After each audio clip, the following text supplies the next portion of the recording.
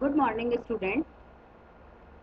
आज हम एक बहुत अच्छा सा जो मुद्दा है, इम्पोर्टेंट जो काम है उसके बारे में कुछ अध्ययन करेंगे। इसमें क्या है कि यूएनओ और इंडिया, ये हमारे एक इंटरनेशनल रिलेशन का टॉपिक है। UNO and India.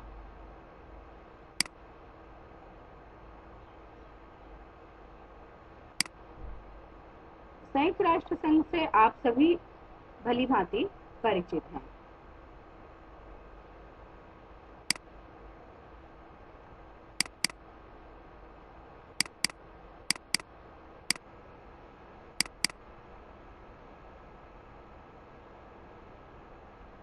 संयुक्त राष्ट्र संघ की स्थापना 75 वर्ष पहले की गई थी, जिसका मुख्य उद्देश्य विश्व शांति और सुरक्षा को बनाए रखना था।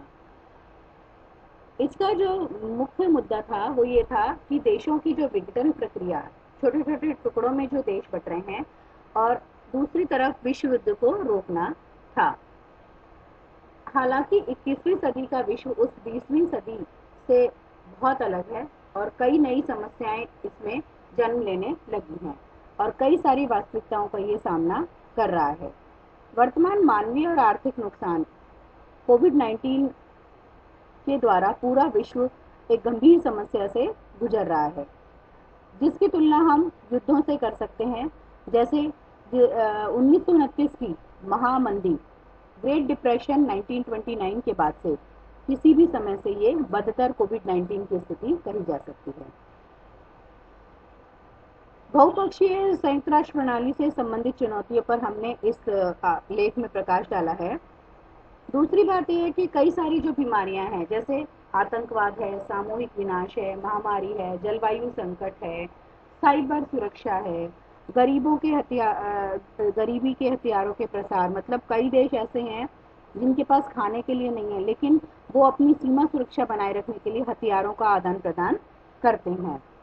तो ये सारी जो चुनौतियां हैं संयुक्त राष्ट्र संघ के सामने, उसमें एक ये नई चुनौती जुड़ी है, वो है कोविड-19 के दौरान जो वैश्विक मुद्दे उत्पन्न हो गए हैं उनसे निपटना। तो ये कहा जा सकता है कि संयुक्त राष्ट्र में जो सुधार है वो एक बहुपक्षीय संगठन के रूप में उसकी प्रभावशीलता को मजबूत करने के लिए आवश्यक होता है। बहुपक्षवाद के जो विरोध में बहुत सारी चुनौतियां यहाँ पर हम देख सकते हैं, जैसे नए शीत युद्ध का उदय, एक और अमेरिका और चीन के बीच संघर्ष देख रहे हैं। दूसरी बात है चीन तथा रूस के बीच, जिसे पश्चिमी पूर्व संघर्ष कहा जा सकता है, ये एक नई चुनौती बन गई है। युद्ध के बाद के गठजोड़ों के बावजूद कई वैश्विक मुद्दों पर अमेरिका और उसके यूरोपीय भागीदारों के बीच मतभेद बढ़ रहे हैं। ईरान परमाणु समझौते पर अमेरिका और अन्य शक्तियों के बीच कुछ अंतर स्पष्ट दिखाई देने लगे हैं। युद्ध के बाद के जो बहुपक्षवाद और शीत युद्ध के बाद के विश्ववाद की अस्वीकृति, ये ट्रंप की अमेरिकी विदेश नीति के केंद्र में है। मतलब ट्रंप ने जो है वो खुद की जो विदेश नीति है उसमें उन्होंने क्या है कि कई मामलों में दूसरे देशों के साथ में अपनी नई नीति का घोषणा की है। संयुक्त राष्ट्र कोरोना वायरस के वैश्विक संकट पर प्रभावी ढंग से प्रतिक्रिया देने में असमर्थ रहा है, क्योंकि चीन ने जो संकट उत्पन्न किया है और उसने विश्व WTO के साथ जो धोखा किया है, कहने में ये आता है, तो इस तरह से अमेरिका चीन के पूरी तरह से विरोध हो गया है। अमेरिकी विश्व स्वास्थ्य संगठन द्वारा चीन का समर्थन करने के आरोपों को लगाते हुए इससे बाहर हो गया है। संयुक्त राष्ट्र सुधार के क्षेत्र के बारे में हम देखें कि संयुक्त राष्ट्र सुरक्षा परिषद UNSC, United nation security council, एक मुख्य कार्यकारी संस्था है जो कि अंतर्राष्ट्रीय स्तर पर शांति और सुरक्षा बनाए रखती है। हालांकि यूनाइटेड नेशन सिक्योरिटी काउंसिल के 5 स्थायी सदस्यों द्वारा वीटो शक्तियों का उपयोग सशस्त्र संघर्ष के पीड़ितों के लिए विनाशकारी परिणामों की परवाह किए बिना उनके भू राजनीतिक हितों को किनारा करने एक उपकरण के रूप में किया जाता है, जैसा कि हमने सीरिया, इराक आदि के रूप में देखा था। लेकिन आज की सैनिक और आर्थिक शक्ति के जो वितरण हो रहा है उसके बारे में कुछ नहीं कहा जा सकता, ना ही कुछ देखा जा रहा है। 15 सदस्यीय जो सुरक्षा परिषद की संरचना है, ये एक अधिक लोकतांत्रिक और जनप्रतिनिधित्व होना चाहिए। मतलब विश्व में जो लगातार इसके मेंबर्स बढ़ते जा रहे हैं, तो जरूरी होता है कि सिर्फ इसके जो 5 स्थायी और 10 अस्थायी सदस्यों के अलावा इसकी सदस्य संख्या बढ़नी चाहिए। भारत, जर्मनी, ब्राजील और जापान ने मिलकर G4 नामक समूह बनाया है। ये देश संयुक्त राष्ट्र सुरक्षा परिषद की स्थायी सदस्यता के लिए एक दूसरे का समर्थन करते हैं। अब आती है एक और संस्था है जो यूएनओ में काम करती है, वो है महासभा सुधार। संयुक्त राष्ट्र महासभा, जिसे यूनाइटेड नेशन जनरल असेंबली भी कहा जाता है, केवल बाध्यकारी सिफारिशें कर सकती है, जो संयुक्त राष्ट्र के प्रभाव का, मतलब कि उसकी प्रभावशीलता को कम करने का एक और कारण है।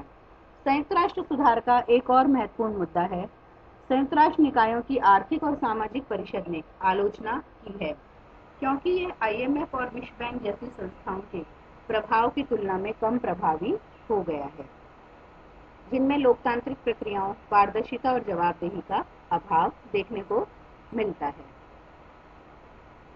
संयुक्त राष्ट्र का वित्तीय संकट, ये कहा जा सकता है कि संयुक्त राष्ट्र के पास करने के लिए बहुत कुछ है, लेकिन उसके पास पैसा बहुत कम है, क्योंकि बहुत सारे देश जो हैं वो इसको समय पर इसके योगदान का भुगतान नहीं करते हैं, जिसके कारण संयुक्त राष्ट्र संघ एक वित्तीय संकट से जूझ रहा है। और कोई भी संस्था जब वित्तीय संकट से जूझती है तो उसके कार्यों में कहीं ना कहीं हम लैकुना देखने को मिलता है। संयुक्त राष्ट्र अभियानों में शांति जो अभियान चलाती है उसमें कमी आई है। अंतर्राष्ट्रीय व्यापार, अर्थशास्त्र और मानव अधिकारों को प्रभावित करने वाले अंतर्राष्ट्रीय कानून संधियों की बड़ी संख्या बहुत प्रभावी सिद्ध हुई है। बल के उपयोग को प्रतिबंधित करने वाले कानून कम हुए हैं। इस प्रकार संयुक्त राष्ट्र शांति अभियानों के लिए संरचनात्मक सुधार करने की आवश्यकता है।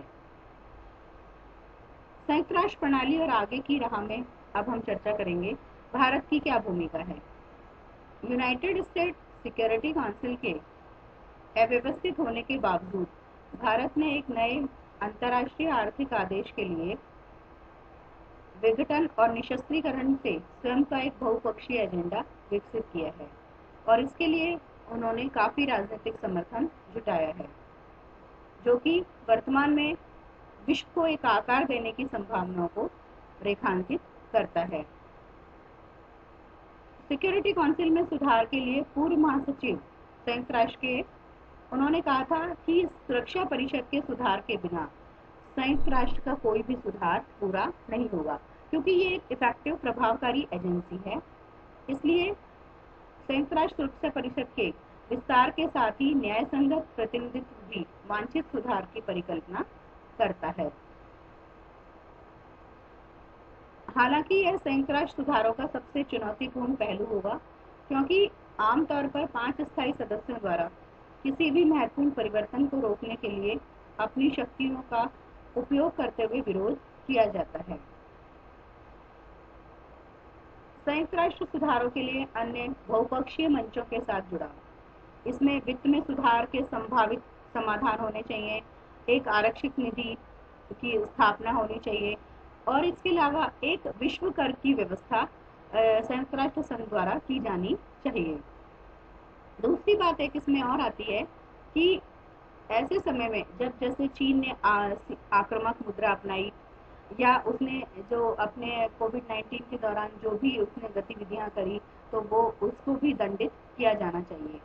एक और बात है यहाँ पे कि भारत के वर्तमान बहुपक्षवाद का मुख्य उद्देश्य अपनी क्षेत्रीय अखंडता सुनिश्चित करना होना चाहिए। जैसे भारत के हितों की सेवा के लिए बहुपक्षवाद का लाभ उठा सकता है, जैसे कि दूसरे देशों के साथ में गठबंधन करना, सीमा पार आतंकवाद को रोकने के लिए पाकिस्तान पर दबाव बनाने के लिए फेड जैसे तंत्र के साथ काम करना, फिर आता है गुटनिरपेक्ष आंदोलन में अपनी भूमिका को भारत ने फिर स्वीकार किया और उनका कहना है कि बहुपक्षीय संस्थानों के साथ जुड़ना चाहिए और ये संयुक्त राष्ट्र के बाहर नियम बनाने का काम होता है, तो नए नियम बनाना भारत के लिए नुकसानदेह नहीं होगा। निष्कर्ष रूप में ये कहा जा सकता है कि महामारी की जो बीमारी है इसको पूरे विश्व को अपने स्वार्थ से ऊपर उठकर और एकजुट होकर के इस महामारी से निपटना चाहिए। जिनके पास जो संसाधन है उन संसाधनों का उपयोग करते हुए सभी को मदद की दरकार है। जैसे 1648 में पीस ऑफ वेस्टफेलिया में ब्रेटन वुड्स में सम्मेलन और वर्ष 1940 में सैन फ्रांसिस्को सम्मेलन में परिलक्षित किया जा सकता है। वर्तमान महामारी संकट के समान है जो विश्व मामलों में विवर्तनिक बदलाव का कारण बन सकती है। इसके अलावा वैश्विक मुद्दों को देखते हुए आज विश्व को पहले से कहीं अधिक बहुपक्षवाद की आवश्यकता है। इस प्रकार संयुक्त राष्ट्र में सुधार करना आवश्यक है। इस संदर्भ में भारत को अपनी प्रणाली में बहुत आवश्यक सुधार लाने के लिए यूनाइटेड नेशन सिक्योरिटी काउंसिल के अपने गैर स्थायी सदस्य के अगले 2 वर्ष का उपयोग करना चाहिए। तो आशा है ये वीडियो आपको पसंद आया होगा। इसमें हमने कुछ मुख्य मुद्दों की चर्चा करी कि कोविड-19 के दौरान यूएनओ की स्थिति क्या रही और उसमें मुख्य रूप से भारत अपनी क्या भूमिका निभा सकता है।